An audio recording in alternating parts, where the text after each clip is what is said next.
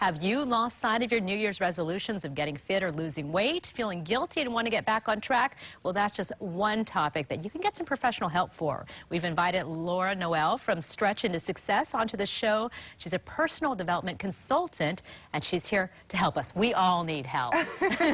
Nice to have you here. Thank you. Thanks for having me. All right, and we had a chance to talk, about this. A lot of people might want a career change. There just might be several reasons. And what is the basic principles that you start with when helping someone?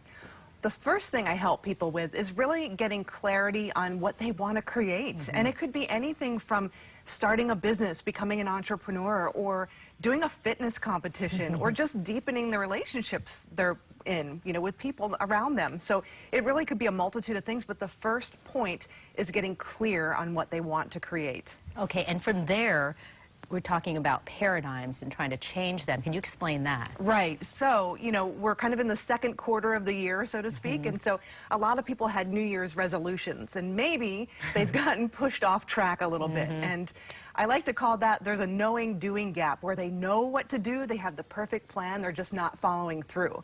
And that's their paradigm, and that's simply a multitude of habits that are stored in their subconscious mind. They're not wired to follow through on this activity, even though they know what to do on a conscious level.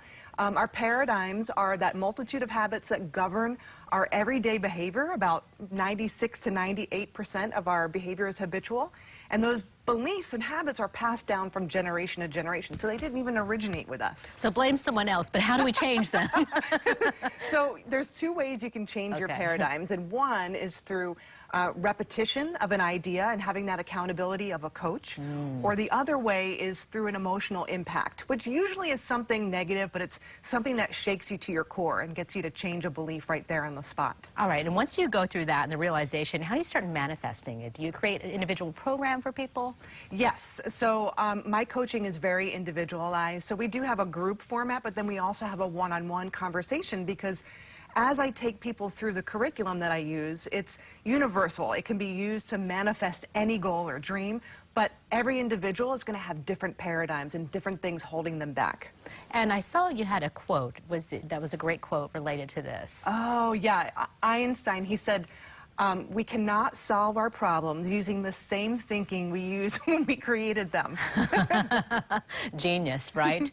And just trying to make the changes and getting results. And how do people get in touch with you? And you have a different multitude of services that you might be able to assist with? I do. The best way to get started is to go onto my website, stretchintosuccess.com/free gift. That way people can investigate what some of their beliefs are that are holding them back. And they can also get to know me a little bit better. All right. Well, I love that. Is there anything that you yourself are working on changing? This year it's about Improving? giving. Okay. Yes, absolutely.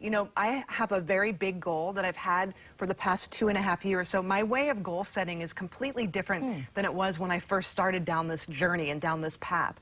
So I've manifested big chunks of it. It's exciting and scary at the same time. So I want to donate and build villages in Africa and schools in India and share this message with my fellow veterans as well. Well, Stretch Into Success. We wish you the best. Thank you for coming on and talking to all of our Living 808 viewers about how they could benefit from seeing a professional development coach. Thank you. All right. We want to find out what makes people smile. So Mikey and John are standing by with that.